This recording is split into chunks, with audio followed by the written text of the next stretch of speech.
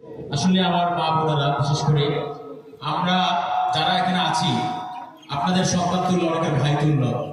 আমার কষ্ট লাগে মাঝে মধ্যে, আপনারা অনেকে আমাদের কাছে আসেন কিন্তু আমরা আপনাদের হাতে তুলে দিতে পারি না, কিন্তু এটা আমাদের কষ্টটা আপনাদেরকে আমরা প্রকাশ করতে পারি না।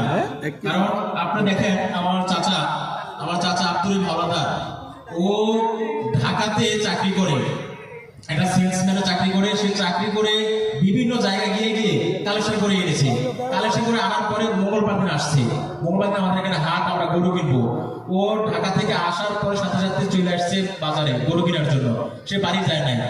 তো তার স্ত্রী আবার বলতেছে, কাকা আপনার কাকারে কি সংগঠন নিলেন, এখন তো বাড়ি আসার খবর নাই। মানে ইজি ভাবে কথাগুলো বলতেছে, ও তো তারা বলতেছে তুই বাড়ির জাতি, বলছে কাকা বাড়ি থেকে তো দেরি হয়ে যাইব। এই জন্য ঢাকা থেকে আলোচনা করার পরে সে ঢাকা থেকে আসা সরাসরি মাঠে চলে আসছে গরু কেনার জন্য।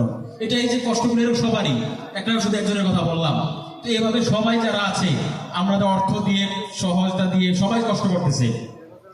এরপরে সবাই তো ঢাকা থেকে বেড়াইতে আসছে, বেড়াইতে আসে কিন্তু কেউ বেড়াচ্ছে না, সবাই কিন্তু এই যে আমার দোকানে বা আমরা যে অফিস নিয়েছি, অফিসে রাত 10টা-11টা পর্যন্ত আমাদের এগুলো নিয়ে শুধু কথাবার্তা।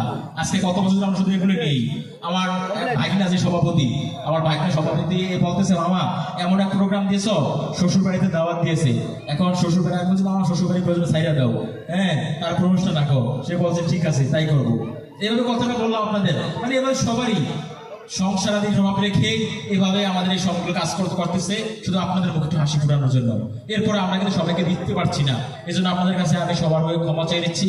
আপনারা আমাদেরকে অভিশাপ দিবেন না মা বোনেরা, আমরা আপনাদের যদি পারতাম আমরা দিতে পারতাম, আমাদেরকে সামর্থ্য না থাকার কারণে আমরা সবাই দিতে পারছি না। আমি সবার কাছ থেকে আপনাদের কাছে ক্ষমা চেয়ে নিচ্ছি, আপনাদের সবাইকে দিতে পারছি না। অনেকের কাছে হয়তো বা রাগ করে কথা বলেছি বা অনেকে রাগ হয়েছি, এই জন্য আমি আপনাদের সন্তান হিসেবে, ভাই হিসেবে ক্ষমা চেয়ে নিচ্ছি। এই পর্যায়ে আমাদের আজকের অনুষ্ঠানের সর্বশেষ সভাপতির বক্তব্য রাখার জন্য জানাচ্ছি আজকের অনুষ্ঠানের সম্মানিত সভাপতি, আমাদের 6 নং চরপতি ইউনিয়ন পরিষদের সম্মানিত চেয়ারম্যান। আমরা আরেকটি বিষয় আপনারা জানেন, আমি প্রথমে বলেছিলাম আমরা গতবার আমরা 200 জনেরই আমরা মাংস দিয়েছিলাম এবং সেটা করব।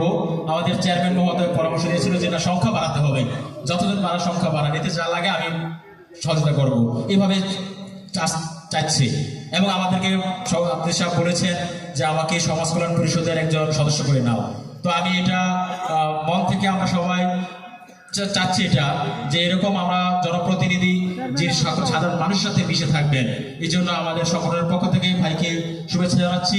তো এই পর্যায়ে আমাদের আজকের অনুষ্ঠানে সম্মানিত সমাপনী বক্তব্য রাখার জন্য জানাচ্ছি সম্মানিত 6 নং চরপতি ইউনিয়ন পরিষদের সম্মানিত চেয়ারম্যান জনাব ইউসুফ জুবের।